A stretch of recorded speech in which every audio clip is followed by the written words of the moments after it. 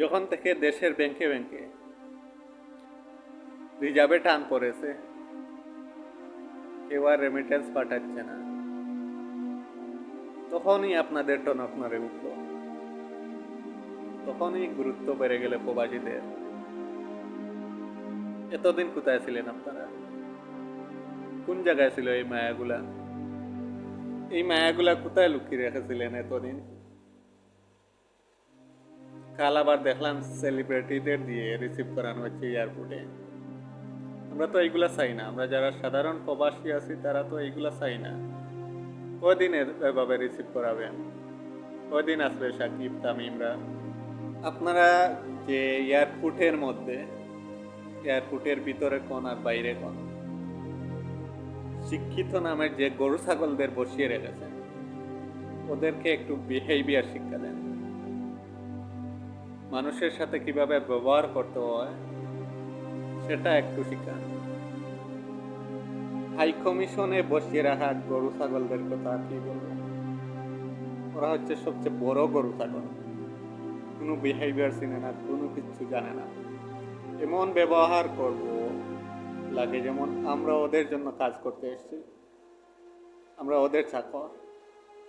প্রবাসীরা কারো চাকর না।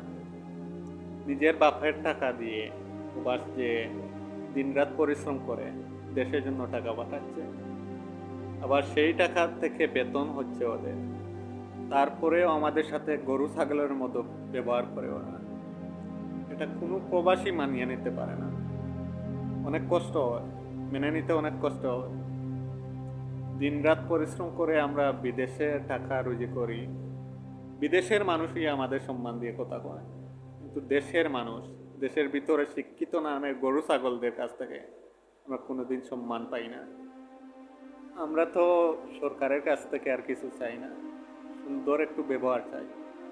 যে গরু ছাগলদের বসিয়ে রেখেছেন ওদেরকে একটু হসপিটালিটি শিক্ষা দেন, একটু ভালোভাবে ব্যবহার করতে বলেন। হাই কমিশনের কাজগুলো সহজ করে দেন, মানুষকে হয়রানি করেন না। এয়ারপোর্টের মধ্যে হয়রানি বন্ধ করুন, এগুলো একটু তদারকি করুন। আমাদের টাকা খেয়ে আমরা যারা রেমিটেন্স পাঠাই, আমাদের টাকা থেকে ওদের স্যালারি হয়, তারপরে ওরা এমনভাবে বিহেভিয়ার করে আমাদের সাথে, মনে হয় আমরা ওদের চাকর। আমরা যদি 1 মাস টাকা পাঠানো বন্ধ করে দিই, আমাদের টাকা দিয়ে খেয়ে পরে বেঁচে থাকা লোকগুলা, ওদের কি হবে সেটা আপনারা জানেন, দেশের মানুষও ভালো করে জানে। তাই আমরা আর কিছু চাই না, একটু ভালো ব্যবহার চাই। দেশের এয়ারপোর্টের মধ্যে হয়রানি বন্ধ হতে চাই। বিদেশের মাটিতে এতদিন আছি, কোনো এয়ারপোর্টে দেখলাম না কোনো দিন হয়রানি করতে। তো সুন্দর ব্যবহার ওদের। আর আমাদের গরু ছাগলদের ব্যবহার দেখে দেশের প্রতি তুতু দিতে মন চায়। পরিশেষে এই দেশটা তো আমাদেরই, এই দেশের মানুষও আমাদের। আমরা তো এটাই ভাবি সারা জীবন।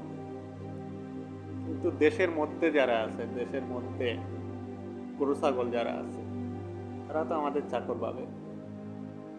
এটা হয়রানি অবশ্যই বন্ধ করা উচিত। সরকারের প্রতি উদারত আহ্বান, যদি প্রবাসীদের মাথায় কাঁঠাল ভেঙে খেতে চান, তাইলে ওই গরু ছাগলদের আগে ঠিক করেন।